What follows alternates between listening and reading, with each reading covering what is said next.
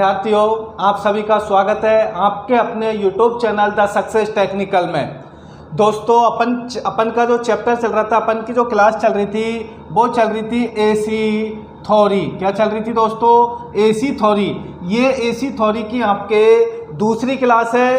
पहली क्लास में अपन ने देखा था एसी और डीसी के डिफरेंस के बारे में और एसी और डीसी की उत्पत्ति के बारे में। आज अपन कंप्लीटली पढ़ेंगे एसी थ्योरी। तो प्यारे विद्यार्थियों, ध्यान पूर्वक एक एक चीज को देखें। क्यों? क्योंकि एसी थ्योरी का अपन का वह चैप्टर है जिसमें आपके यूपी पीसीएल में सबसे ज्यादा क्वेश्चन पूछे जाते हैं। यूपी पीसीएल में केवल आपके एसी थ्योरी जो चैप्टर है उसी से आपके 7 क्वेश्चन मैक्सिमम पूछे जाते हैं, यानी 7 क्वेश्चन आपके एसी थ्योरी में से होंगे।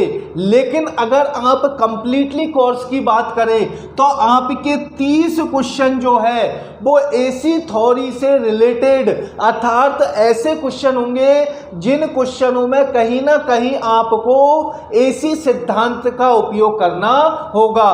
तो एकदम एक एक चीज को ध्यानपूर्वक देखें, एक एक चीज को ध्यानपूर्वक समझें। किसी भी विद्युत के निर्माण के लिए अपन के पास 2 चीज होना कंपलसरी है। सबसे पहले तो होना चाहिए अपन के पास चुंबकीय क्षेत्र और दूसरे नंबर पर आपके होना चाहिए आर्मेचर। दूसरा अपन के पास क्या होना चाहिए? आर्मेचर। ये दोनों चीज यदि अपन के पास मौजूद है तो अपन आसानी से विद्युत उत्पन्न कर सकते हैं।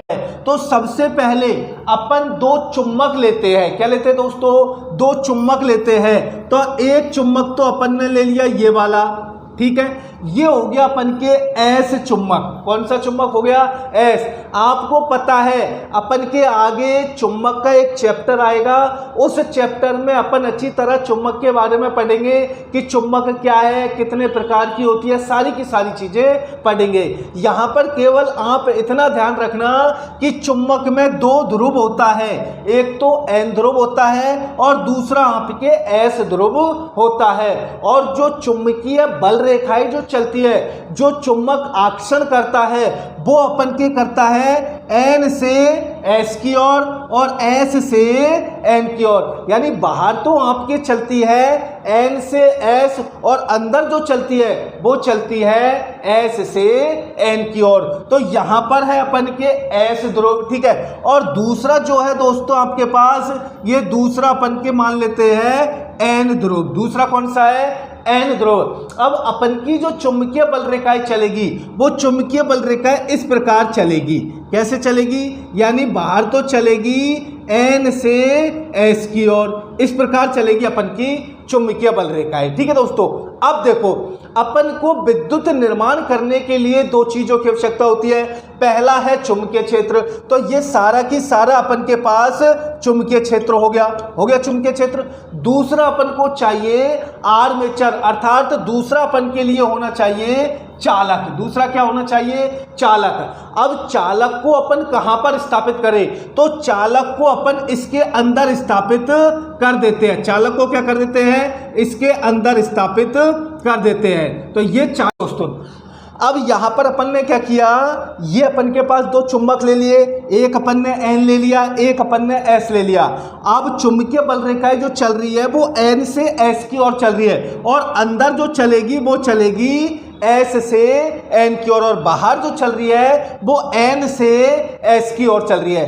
अब बीच में अपन ने एक चालक रख दिया और इस चालक में अपन ने बाइंडिंग, कब मैंने चालक को इस कंडीशन में रख दिया तो अब आप देखोगे दोस्तों कि जो ये चालक है और जो अपन की चुंबकीय बल रेखाएं है, जो अपन की चुंबकीय बल रेखा है, तो चालक और चुंबकीय बल रेखा दोनों इस कंडीशन में आपके समांतर है। दोनों इस कंडीशन में क्या है? समांतर है। जब कोई भी चीज आपके समांतर होती है तो वो एक दूसरे को नहीं काटती। तो इस कंडीशन में आपके वो किसी प्रकार की चुंबकीय बल रेखाओं को नहीं काट रही। अब देखो दोस्तों, इस चीज को ध्यानपूर्वक देखो। यदि आपका चालक इस कंडीशन में है, अर्थात अपन का चालक ऐसे है, ऐसे का मतलब वो अपन की जीरो स्थिति में होगा। तो उस कंडीशन में आपके जो विद्युत का निर्माण होगा वो जीरो होगा। यहां से अपन के विद्युत चलना प्रारंभ करेगी। कहां से? जीरो से आपके विद्युत चलना प्रारंभ करेगी। तो जब आपका चालक और चुंबकीय बल रेखाएं दोनों यदि आपके समांतर में है, अर्थात दोनों एक दूसरे को नहीं काटती, उस कंडीशन में पैदा होने वाली जो विद्युत है, पैदा हुई जो विद्युत है आपके, वो आपके जीरो होगी। मैं आपको एक एक क्वेश्चन क्लियर करके बता दूंगा कि एग्जाम में आएगा तो इससे ही क्वेश्चन आएगा, नहीं तो आपके कोई सा भी क्वेश्चन इसमें से बनेगा ही नहीं। कृपया एक एक चीज को आप ध्यान पूर्वक समझना। और ये आपकी जीरो से स्टार्ट क्लास है और आपका कंप्लीटली कोर्स एकदम निःशुल्क कराया जाएगा, फ्री में कराया जाएगा। तो आप इस चैनल को बिल्कुल सब्सक्राइब कर ले और फ्री क्लास का एकदम जबरदस्त मजा लो। आपके जल्दी ही आपको जो पीडीएफ में नोट्स है वो भी आपको सेंड कर दिए जाएंगे और आपके जो आपके सॉल्व पेपर है यूपीपीसीएल के 2015 और 16 वो भी आपको यहां पर क्लियर कराए जाएंगे। तो बिल्कुल एकदम दोस्तों ध्यान पूर्वक एकदम मजे लेके, अगर कोई भी चीज आपकी समझ में नहीं आ रही तो आप 10 बार मेरे को कमेंट करके पूछ सकते हो। अगर आप कमेंट भी नहीं करते तो मेरे मोबाइल नंबर है दोस्तों 81 12 21 29 77, ये मेरे मोबाइल नंबर है। आप बिल्कुल इस पर आपकी कोई भी प्रॉब्लम हो, लेकिन वो प्रॉब्लम केवल आपके टेक्निकल से संबंधित होनी चाहिए। चाहे आपके ऑल इंडिया में कहीं से भी क्वेश्चन ला दो, आपको उसका जवाब तुरंत मिलेगा, करेक्ट मिलेगा। क्योंकि दोस्तों ज़्यादातर किताबों में आपकी अशुद्धियाँ छुपी हुई होती है। तो जब तक आप करेक्टली माइंड नहीं लगाओगे, जब तक आप उसको हल नहीं करोगे। तो इस नंबर को नोट कर लीजिए 8112212977 और नाम है BS चोपदार। ठीक है दोस्तों, तो कोई भी परेशानी हो कमेंट करो, कमेंट ना कर सके तो आपका ये मोबाइल नंबर है, इस पर एक मैसेज छोड़ो, आपको आपके प्रश्न का उत्तर तुरंत मिलेगा। तो अब यहां पर अपन एक एक करके आगे बढ़ते हैं। तो देखो दोस्तों, जब आपके ये समांतर में होगा इसका मतलब विद्युत आपके पैदा नहीं होगी। जैसे ही ये घूमना प्रारंभ करेगा, तो जैसे ही घूमेगा तो हमेशा कोण के माध्यम से घूमता है। तो दोस्तों हमेशा कोई भी चालक जब घूमता है तो कोण के माध्यम से घूमता है।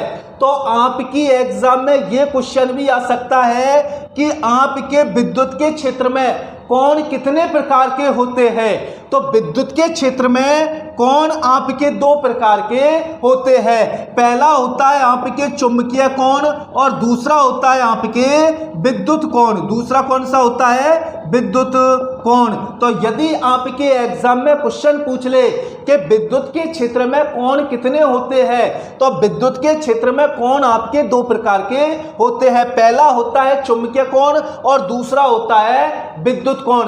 अब अगर आपके पूछ ले कि चुंबकीय कोण का उपयोग कहां पर करते हैं, तो चुंबकीय कोण का उपयोग जनरेटर और अल्टरनेटर में किया जाता है। और यदि आपसे पूछ ले कि विद्युत कोण का उपयोग कहां पर किया जाता है, तो विद्युत कोण का उपयोग किया जाता है बाइंडिंग में। ठीक है दोस्तों, तो यहां पर जो अपन उपयोग करेंगे वो चुंबकीय कोण का करेंगे। किसका करेंगे? चुंबकीय कोण का करेंगे। तो जैसे ही ये चालक आपका घूमना प्रारंभ करेगा, तो सबसे पहले इस कंडीशन में आपका चालक है, जैसे ही वो घूमेगा तो हमेशा चालक किस क्रम में घूमता है? एंटी क्लॉकवाइज घूमता है। तो जैसे ही वो घूमेगा तो सबसे पहले पहुंचेगा 30 डिग्री पर। किस पर पहुंचेगा? 30 डिग्री पर। अब क्वेश्चन ये है कि ये 30 डिग्री कौन सा कोण है? चुंबकीय कोण है या विद्युत कोण है? तो दोस्तों ये अपन का चुंबकीय कोण है। तो जैसे ही अपन का चालक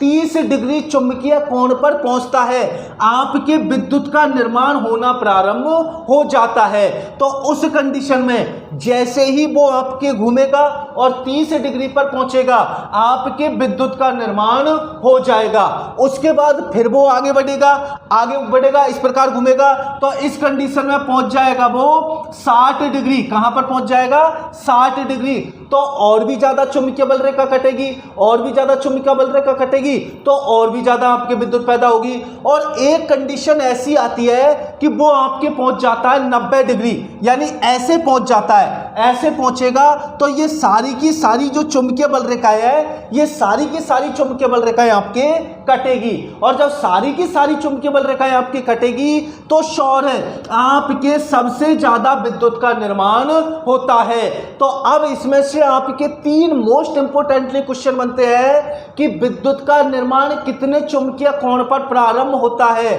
तो विद्युत का यदि निर्माण की बात पूछे तो 10 डिग्री पर प्रारंभ होता है। कितने डिग्री पर प्रारंभ होता है? 10 डिग्री पर प्रारंभ होता है। यदि आपसे क्वेश्चन पूछ ले कि कितने डिग्री पर कटी हुई विद्युत को आप बाह्य स्रोत में ले सकते हो, तो 30 डिग्री पर कटी हुई को आप बाह्य स्रोत में ले सकते हो, जबकि आपकी विद्युत पैदा तो 10 डिग्री पे ही प्रारंभ हो जाती है, लेकिन इतनी निम्न मात्रा में होती है कि उसके अंदर ही रेजिस्टेंस के कारण खपत हो जाती है। जैसे ही वो 30 डिग्री पर पहुंचता है, उस विद्युत को आप आसानी से बाहर ले सकते हो। तो मोस्ट इंपोर्टेंटली 3 आपके इसमें से क्वेश्चन है। पहला क्वेश्चन है कि आपके जो विद्युत छेदन प्रारंभ होता है, जो आपके बाह्य विद्युत आप ले सकते हो, कितने कोण पर ले सकते हो? तो 30 डिग्री पर आपके विद्युत का निर्माण होगा। उसके बाद दूसरा क्वेश्चन है कि आपके 90 डिग्री पर आपका चालक, ये जो आर्मेचर है ये, और जो आपकी चुंबकीय बल रेखाएं है, इनके मध्य कितने डिग्री का कोण होता है? तो दोस्तों 90 डिग्री का कोण होता है। अब 90 डिग्री पर आपके सबसे ज्यादा विद्युत पैदा होती है। क्यों होती है? क्योंकि उस कंडीशन में सबसे ज्यादा चुंबकीय बल रेखाओं का छेदन होता है। तो यहां पर आपकी 30 डिग्री हुई, 30 पर आपकी विद्युत पैदा हुई, फिर 60 हुई, 60 पर आपके विद्युत पैदा हुई, फिर आपकी 90 हुई, 90 पर आपके विद्युत पैदा हुई, यानी 30 से आपके विद्युत का निर्माण होना प्रारंभ हुआ और 90 पर आपके सबसे ज्यादा बनी।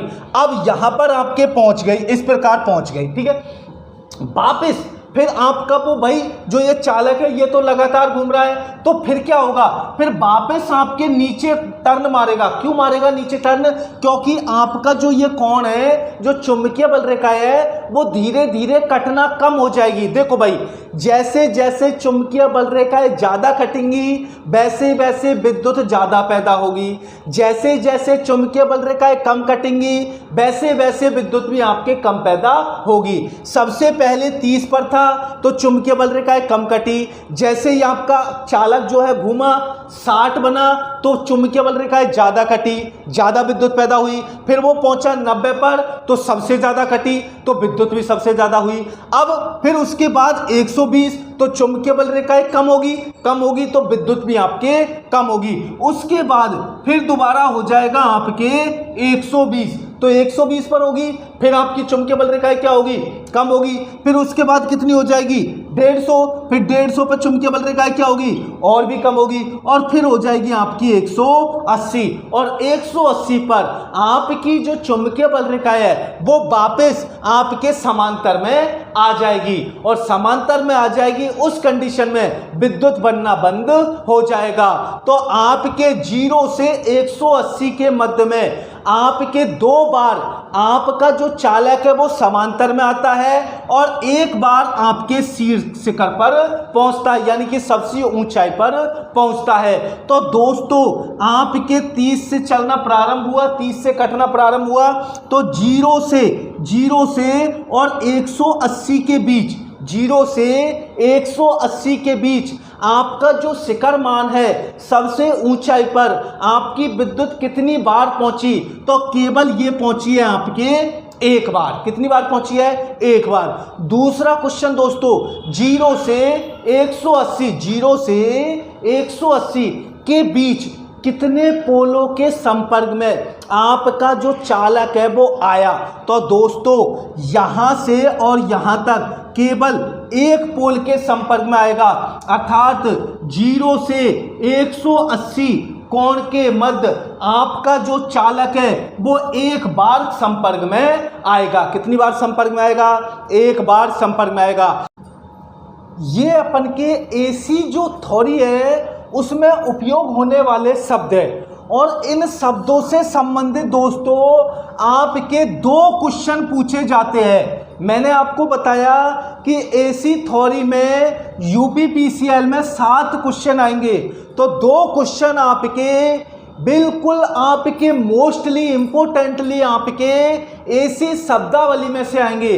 अर्थात जो आपकी एसी थ्योरी है, एसी थ्योरी में जो आपके शब्द प्रयोग किए जाते हैं तो उसमें से आपके 2 क्वेश्चन पूछे जाते हैं। और ये 2 क्वेश्चन आपके जो ज़्यादातर पूछे जाते हैं, एक तो पूछा जाता है मान से संबंधित, एक तो पूछा जाता है मान से संबंधित, दूसरा आपके जो पूछा जाता है सूत्र से संबंधित। दूसरा किससे पूछा जाता है? सूत्र से संबंधित।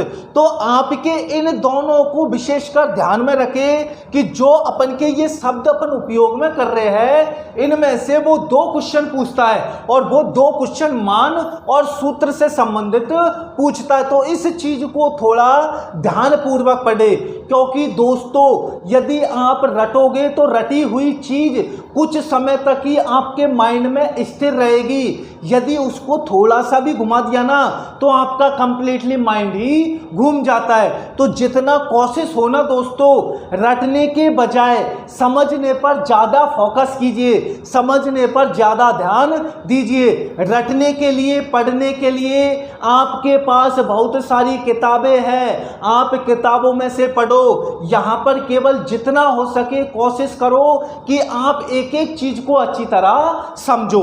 तो देखो दोस्तों, सबसे पहले अपन बात करते हैं चक्र की। तो देखो एसी में आपके चक्र किसे कहते हैं? तो एसी में आपके जो चक्र होता है, साइकिल होती है, तो 0 से और आपके 360 के मध्य में जो आपके उतार चढ़ाव है, यानी 0 से 30 से 60, 60 से 90, यहाँ तक हो गया। फिर आपके 90 से वापस नीचे आएगा। तो जो आपके 0 से 360 के बीच में जो आपके उतार चढ़ाव हुआ है उसको बोलते हैं साइकिल। क्या बोलते हैं उसको? साइकिल बोलते हैं। और ये साइकिल आपकी जो है केवल और केवल एसी में चलती है। किससे में चलती है? एसी में चलती है। डीसी में साइकिल का कोई भी औचित्य नहीं है। तो 0 से 360 के मध्य में आपकी जो प्रत्यावर्ती राशि है, अर्थात जो आपकी धारा और वोल्टेज है, धारा और वोल्टेज का लगातार ऊपर नीचे चढ़ना, लगातार ऊपर नीचे चढ़ना साइकिल कहलाता है। क्या कहलाता है? साइकिल कहलाता है। और ये साइकिल की उत्पत्ति किससे हुई है? साइकिल की उत्पत्ति आपके जो आपके यूएनजी और एमएनजी जो आपके चुंबकीय ज्यामितीय कोण है, जो चुंबकीय कोण, यहां पर आप बस इतना ही समझ लो, क्योंकि ज्यादा यदि समझाऊंगा तो आपकी जो खोपड़ी है उसमें कचरा सा घूमने लग जाएगा। जो आपकी साइकिल है, इस साइकिल का निर्माण जो हुआ है वो चुंबकीय कोण के कारण हुआ है। तो ये अपन की कहलाती है साइकिल। ठीक है दोस्तों। दूसरी अपन के पास आयाम। दूसरा क्या है अपन के पास? आयाम, जिसको अपन के बोलते हैं एम्पलीट्यूड। क्या बोलते हैं? एम्पलीट्यूड। आयाम का मतलब जो होता है एक हिसाब से होता है शिखर। एक हिसाब से क्या होता है? शिखर। अर्थात आपकी जो एसी सप्लाई है, आपका जो एक चक्र है, यहां से और 360 के मध्य में जो चक्र है, तो मेरे को ये बताओ कि सबसे ऊंचाई पर कौन सा है? तो एक तो सबसे ऊंचाई पर ये है, एक सबसे ऊंचाई पर ये है। तो आपके जो आयाम है दोस्तों, जो आपके शिखर है, ये शिखर आपके 2 प्रकार के होते हैं। एक तो होता है ऋणात्मक और एक होता है धनात्मक। आयाम कितने प्रकार के होते हैं? 2 प्रकार के, ऋणात्मक और धनात्मक। आयाम को क्या बोलते हैं, शिखर भी बोलते हैं या एम्पलीट्यूड भी बोलते हैं। तो क्वेश्चन ये आ सकता है कि आपकी एक साइकिल में कितने आयाम होते हैं। तो दोस्तों एक साइकिल में आपके होते हैं 2 आयाम। कितने होते हैं, 2 आयाम।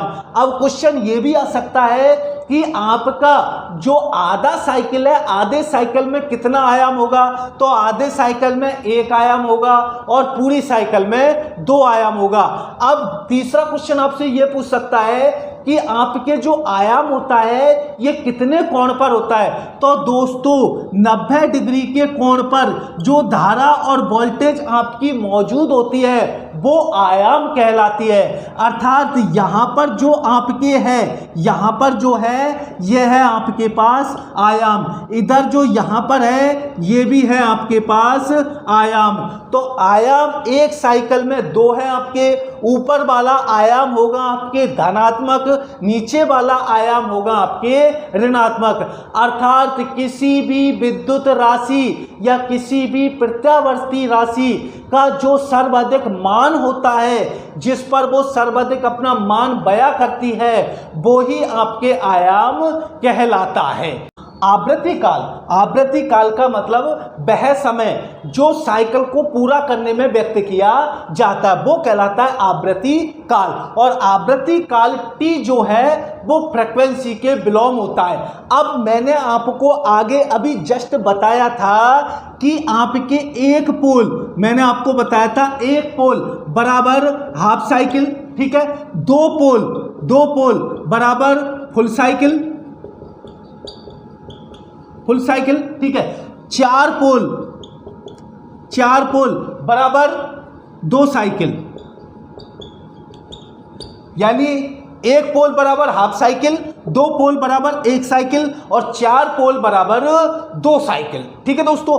अब देखो 2 पोल, अब यदि आपके क्वेश्चन आ जाए 2 पोल बराबर चक्र, जो आपके चालक का जो चक्र है, चालक के कितने चक्र होंगे।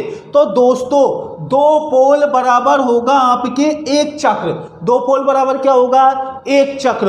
और 4 पोल बराबर क्या होगा, तो 2 पोल बराबर भी 1 चक्र और 4 पोल बराबर भी आपके होगा 1 चक्र। तो चक्र यहां पर आपके घट रहा है लेकिन फ्रीक्वेंसी बढ़ रही है। और चक्र किसके अनुपात में घट रहा है, समय के अनुपात में घट रहा है। तो यदि समय आपका कम है तो फ्रीक्वेंसी ज्यादा होगी। यहां पर 2 पोल पे भी 1 चक्र है और 4 पोल पे भी 1 चक्र है। इसका मतलब उसका जो घूमने का समय है वो घट चुका है। और घूमने का समय यदि आपके घटेगा तो आपकी जो साइकिल है, जो फ्रीक्वेंसी है वो आपके बढ़ेगी। तो हमेशा जो आपके आवृत्ति काल होता है, जो फ्रीक्वेंसी, जो साइकिल का समय होता है वो हमेशा फ्रीक्वेंसी के विलोम होता है, ठीक है दोस्तों। अब बैठी समझ में। अब देखो अगला, अब इस उतार चढ़ाव में यदि मैं समय को भी शामिल कर दूं, क्योंकि ऐसा तो है नहीं भाई कि ये उतार चढ़ाव बिना समय पे होते ही रहेंगे। भाई समय के अनुकूल ही आपके उतार चढ़ाव होते हैं। तो यदि किसी भी समय पर जो उतार चढ़ाव होता है वो आपके आवृत्ति कहलाता है। आवृत्ति को साइकिल प्रति सेकंड भी अपन बोलते हैं। क्या बोलते हैं, साइकिल प्रति सेकंड। तो आपके जो उतार चढ़ाव जो हो रहे हैं ये आपके फ्रीक्वेंसी कहलाती है। क्या कहलाती है, फ्रीक्वेंसी कहलाती है। फ्रीक्वेंसी जो है वो आपके समय के विलोम होती है। तो आपसे यदि फ्रीक्वेंसी का मात्रा पूछ ले कि फ्रीक्वेंसी का मात्रा क्या होता है, तो दोस्तों फ्रीक्वेंसी का मात्रक होता है साइकिल प्रति सेकंड। और दूसरा हर्ट्ज जो होता है, जो आपके यदि निम्मी सिम्मी में वो पूछेगा तो साइकिल प्रति सेकंड देगा। यदि वो आपके प्योर टेक्निकल लैंग्वेज में पूछेगा तो वो आपको हर्ट्ज देगा। तो छोटा एफ, इसको छोटे एफ से व्यक्त करते हैं। तो एफ फ्रीक्वेंसी बराबर आपके क्या होता है, फ्रीक्वेंसी बराबर होगा आपके n इंटू P बटे 60 इंटू 2 क्या होगा? फ्रीक्वेंसी बराबर फ्रीक्वेंसी एफ बराबर होगा N इंटू P बटे 60 इंटू 2। ये 60 जो है ये आपकी सेकंड है, और जो ये दो आपको दिए गए हैं दोस्तों, ये दो आपको समांतर पथों की संख्या दी गई है, पोलों के हिसाब से पथ दिए गए हैं। तो इस कंप्लीटली को काट कर आप F बराबर कर सकते हो। F बराबर क्या कर सकते हो? N इंटू P बटे 120 क्या कर सकते हो? F बराबर N इंटू P बटे 120। और इसमें से आपके ज्यादातर एक न्यूमेरिकल पूछा जाता है, या आपसे क्वेश्चन भी पूछ सकता वो, और क्वेश्चन ये पूछ सकता है कि यदि आपके गति को बढ़ाया जाए, गति को बढ़ाया जाए तो बताओ फ्रीक्वेंसी क्या होगी?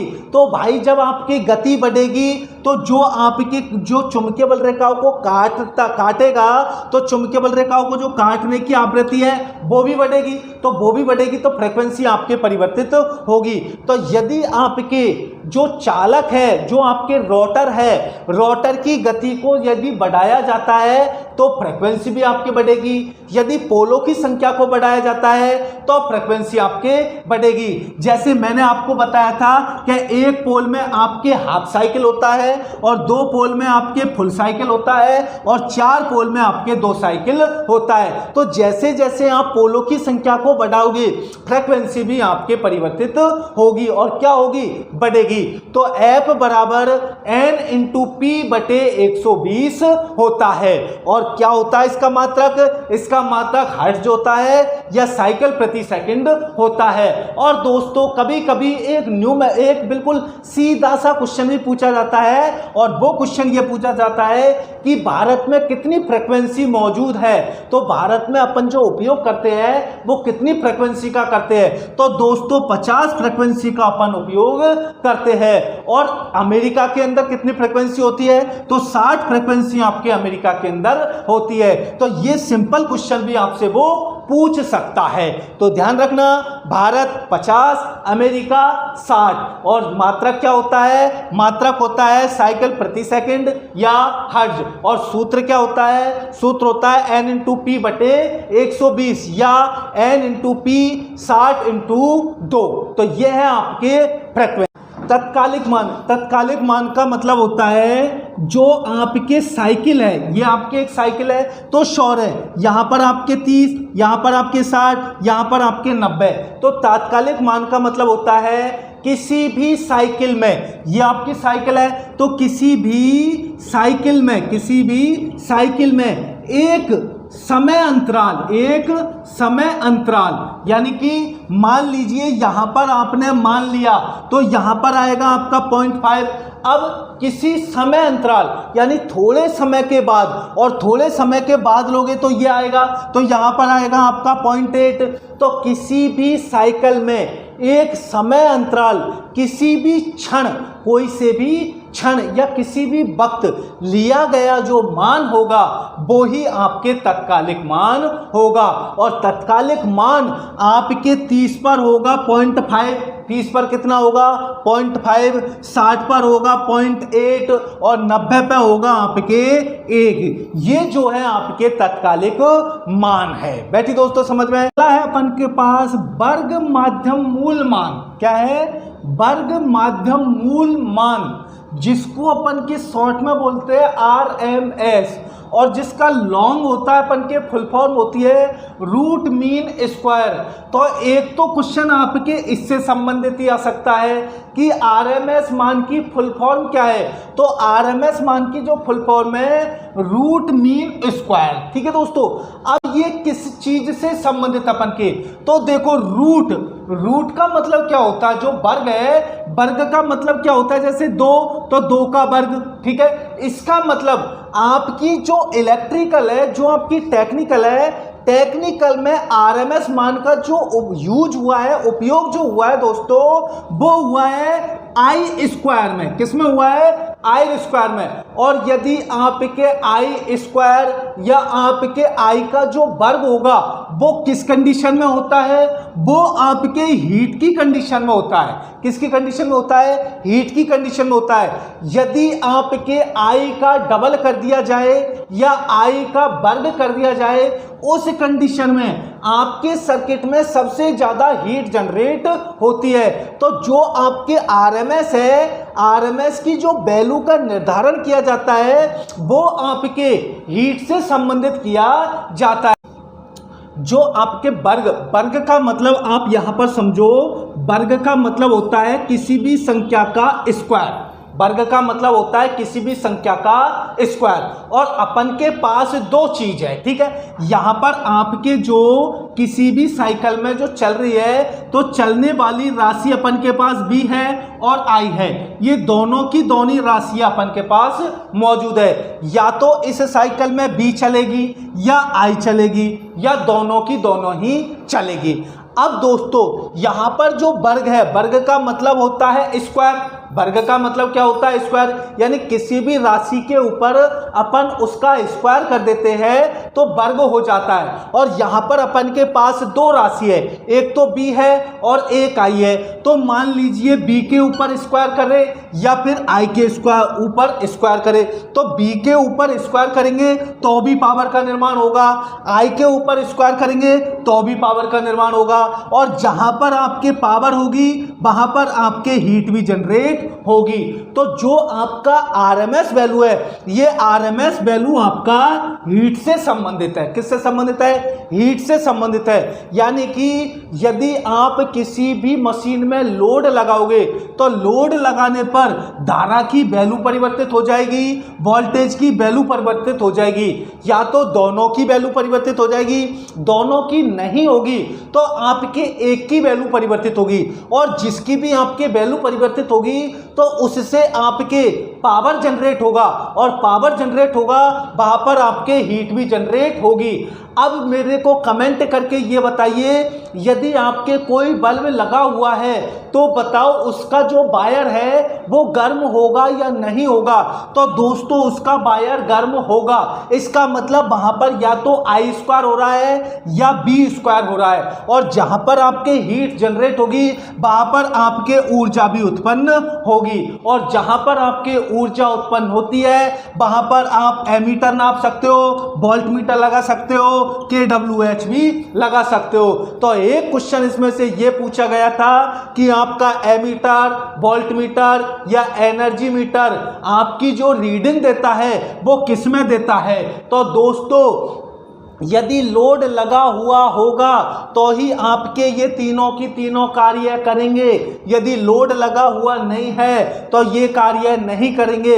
और यदि लोड लगेगा, पावर होगा तो वहां पर हीट जनरेट होगा। और जहां पर हीट जनरेट होती है वहां पर ये मान लेना आपके पास RMS वैल्यू होगी।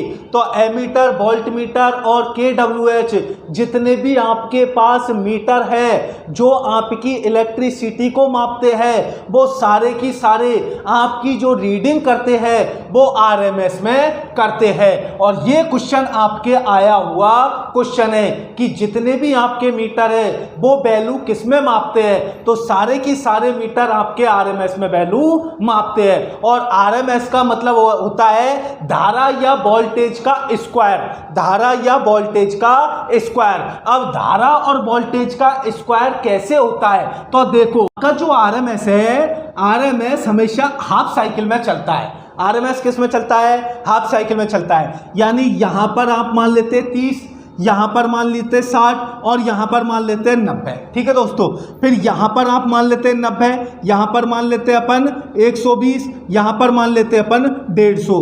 तो 3 तो इधर हो गई, ठीक है, और 3 आपकी इधर हो गई। ठीक है, ये तीनों की तीनों आपकी हाफ साइकिल हो गई। और हाफ साइकिल में भी दो भाग हो गए।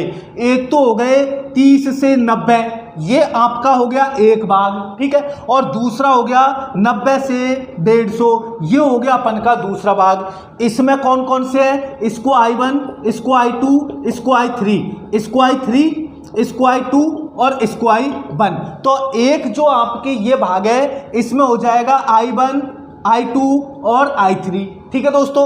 और इसमें क्या हो जाएगा? इसमें हो जाएगा I3 I2 और I1। भाई ये दोनों की दोनों आपके सेम है, ये दोनों की दोनों आपके सेम है, तो इन दोनों को अपन मिलाकर कर सकते हैं I स्क्वायर, कर सकते हैं भाई। भाई दोनों की दोनों सेम है, तो दो राशि यदि समान हो तो अपन उसको I स्क्वायर कर सकते हैं, कर सकते हैं। तो श्योर है किसी भी सप्लाई में आपके हाफ साइकिल में जो मान मौजूद होता है वो ही आपका आरएमएस मान कहलाता है। क्या कहलाता है? आरएमएस मान कहलाता है। और आरएमएस मान आपके दो प्रकार के होते हैं, एक तो होता है आई में और एक होता है बी में। तो आई में बोलेंगे तो उसको बोलेंगे आई मैक्स, क्या बोलेंगे? I max. बी में है तो उसको बोलेंगे बी मैक्स, क्या बोलेंगे?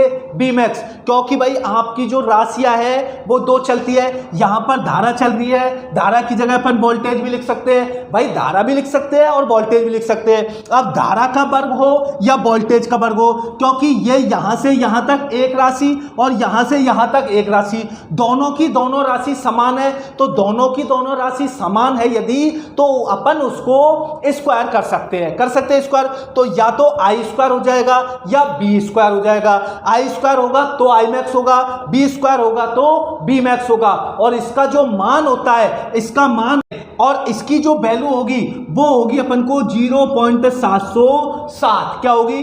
0.707 आई मैक्स या 0.707 बी मैक्स।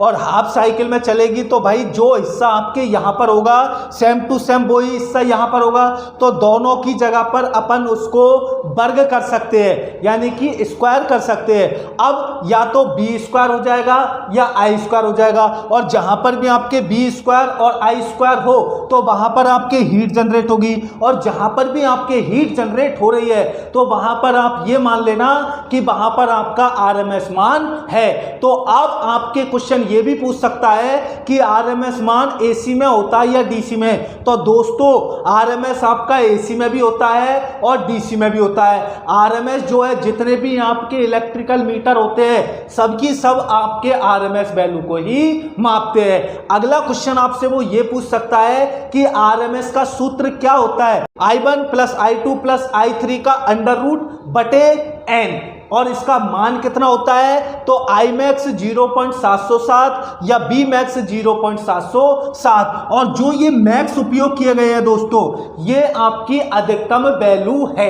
क्या है ये? अधिकतम वैल्यू है। तो आरएमएस की अधिकतम वैल्यू आई में होगी 0.707 और बी में भी होगी 0.707। ये है अपन का आरएमएस मान। तो कोई दिक्कत है दोस्तों? बैटरी समझ पास। औसत मान अगला कौन सा है? औसत मान। अब औसत मान भी जो आपके चलता है दोस्तों, तो औसत मान भी अपन के हाफ साइकिल में चलता है। किस में चलता है? हाफ साइकिल में चलता है। लेकिन हाफ साइकिल में ये केवल 30 से 90 के बीच में चलता है। किस में चलता है? 30 से 90 के बीच में चलता है। अब यदि आपसे कोई क्वेश्चन पूछ ले कि आरएमएस चलता है, तो आरएमएस तो चलता है 30 से 150 के बीच में, ठीक है। और आपके जो औसत मान चलता है ये चलता है 30 से 90 के बीच में। किस में चलता है? 30 से 90 के बीच में। अगर आपसे क्वेश्चन पूछ ले कि 30 से 150 के बीच में, 30 से 150 के बीच में औसत मान क्या होगा? तो दोस्तों आपके 30 से 150 के बीच में जो औसत मान होगा वो होगा आपके 0। हमेशा औसत मान 30 से 90 के बीच में व्यक्त किया जाता है। अर्थात औसत मान बराबर आपके होता है I1 plus I2 plus I3 का n। क्या होता है? I1 plus I2 plus I3 का n। यानी यहां पर आपके 30, यहां पर आपके 60 और यहां पर आपके 90। तो ये तो हो जाएगा आपके 30, ये हो जाएगा आपके 60 और ये हो जाएगा आपके 90। इसकी वैल्यू आप कर सकते हो 0.5, इसकी वैल्यू कर सकते हो 0.8 और इसकी वैल्यू कर सकते हो 1 बटे n बराबर आपके आ जाएगा 0.637 आई मैक्स या बी मैक्स। यहां पर भी आपके करंट भी हो सकता है और वोल्टेज भी हो सकती है। तो ये है आपका औसत मान। तो औसत मान में से 3 चीजें आप ध्यान रख लेना जो एग्जाम में पूछने लायक है। पहली तो ये है कि औसत मान हमेशा आधे चक्र का आधा किया जाता है, यानी 30 से 90 के बीच में लिया जाता है। यदि आप इस आधे चक्र का पूरा ले लोगे तो औसत मान क्या होगा? तो उस कंडीशन में औसत मान होता है 0।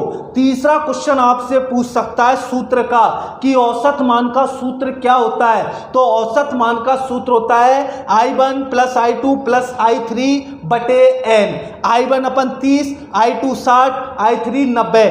I30 का मान 0.6, 0.5, I2 का मान 0.8 और I3 का मान 1। तो इन तीनों का जो औसत होगा वो होगा 0.637 आई मैक्स या बी मैक्स। बैठी दोस्तों, रूप गुणांक क्या है दोस्तों? रूप गुणांक, ठीक है, जिसको अपन के बोलते हैं फॉर्म फैक्टर। क्या बोलते हैं? फॉर्म फैक्टर बोलते हैं रूप गुणांक को। तो ये क्या होता है आपके रूप गुणांक? तो इसको जो व्यक्त किया जाता है दोस्तों, इसको व्यक्त किया जाता है kf से। रूप गुणांक को किससे व्यक्त किया जाता है? kf से इसको व्यक्त किया जाता है। और इसका जो मान होता है तो इसका मान होता है RMS बटे औसत मान। RMS बटे औसत मान बराबर आपके होगा रूप गुणांक या फॉर्म फैक्टर। तो इसकी जो वैल्यू होगी RMS है 0.707 बटे 0.637 बराबर होगा 1.1। तो जो आपके रूप गुणांक है या फॉर्म फैक्टर है ये होता है 1.11 और इसको व्यक्त किससे किया जाता है? kf से इसको व्यक्त किया जाता है। और सूत्र क्या होता है? RMS I मैक्स या B मैक्स और औसत मान I मैक्स या B मैक्स। यदि यहाँ पर I मैक्स होगा तो नीचे भी I मैक्स होगा, यदि यहाँ पर B मैक्स होगा तो नीचे भी आपके B मैक्स होगा। और इसका मान कितना होता है? तो 0.11 इसका मान होता है। ठीक है दोस्तों, अपन के पास शिखर गुणांक, जिसको अपन के आयाम गुणांक या क्रेस्ट फैक्टर भी बोलते हैं। तो ये जो अपन के होता है दोस्तों, इसको जो व्यक्त करते हैं Ka से इसको व्यक्त करते हैं। किससे व्यक्त करते हैं? Ka से इसको व्यक्त करते हैं। और आयाम या शिखर गुणांक का मतलब है जो आपके साइकिल है उस साइकिल में जो अधिकतम मान आपके है, ये अधिकतम मान आपके आयाम होता है। तो आपके पास एक तो ये आयाम हो गया, एक आपके ये आयाम हो गया, और ये आपके पूरा की पूरा एक साइकिल में चलता है। किसमें चलता है? एक साइकिल में चलता है। और एक साइकिल जो होता है अपन के वो 2 पाई होता है। कितना होता है? 2 पाई होता है। और 2 पाई की जो वैल्यू होती है आपके वो √2 होती है। कितनी होती है? √2 होती है। तो जो आपके दोस्तों शिखर मान और जो आपके आयाम गुणांक है, तो शौर्य शिखर गुणांक और आयाम गुणांक पूरे की पूरे चक्कर में व्यक्त किया जाता है। और पूरा की पूरा जो चक्र होता है आपके वो 2 पाई से व्यक्त किया जाता है। किससे व्यक्त किया जाता है? 2 पाई से व्यक्त किया जाता है। अर्थात 2 पाई या फिर अपन इसको बोल सकते हैं √2। क्या बोल सकते हैं? √2। अब आपके ये भी आपके 90 है, ये भी आपके 90 है। ठीक है दोस्तों, ये भी आपका अधिकतम आई मैक्स है, ये भी आपका अधिकतम निम्नतम आई मैक्स है। तो ये भी आपका शिखर, ये भी आपका शिखर, ये आपका अधिकतम शिखर, ये आपका क्या है? निम्नतम शिखर। तो दोनों से दोनों कट जाएगा, आपके बचेगा क्या? √, बचेगा। तो इसका मतलब शिखर मान Ka बराबर होता है √2। मान होता है वो होता है 1.414। कितना होता है? 1.414। तो सीधी सी बात है दोस्तों, शिखर मान या आयाम गुणांक। फिर देख लो, देखो अभी जस्ट आगे बताया था कि जो आपकी एक साइकिल होती है, एक साइकिल में जो आपका अधिकतम मान होता है वो आपके आयाम कहलाता है या शिखर होता है। तो यहाँ पर एक तो ये हो गया और एक ये हो गया, ये दोनों की दोनों आपके शिखर हो गए। तो इसको अपन बोल सकते हैं आई मैक्स, ठीक है, और इसको बोल सकते करते हैं अपन आई मैक्स, तो दोनों की दोनों आपके शिखर है, ये आपके शिखर है, ये आपके शिखर है, ये आपके पॉजिटिव का शिखर है, ये आपके नेगेटिव का शिखर है, तो दोनों की दोनों आपके शिखर है। तो जो आपका शिखर मान है या क्रेस्ट फैक्टर है, इसको व्यक्त करते हैं के ए से। किससे व्यक्त करते हैं? के ए से। तो के ए बराबर होता है आई मैक्स, आई मैक्स या फिर आई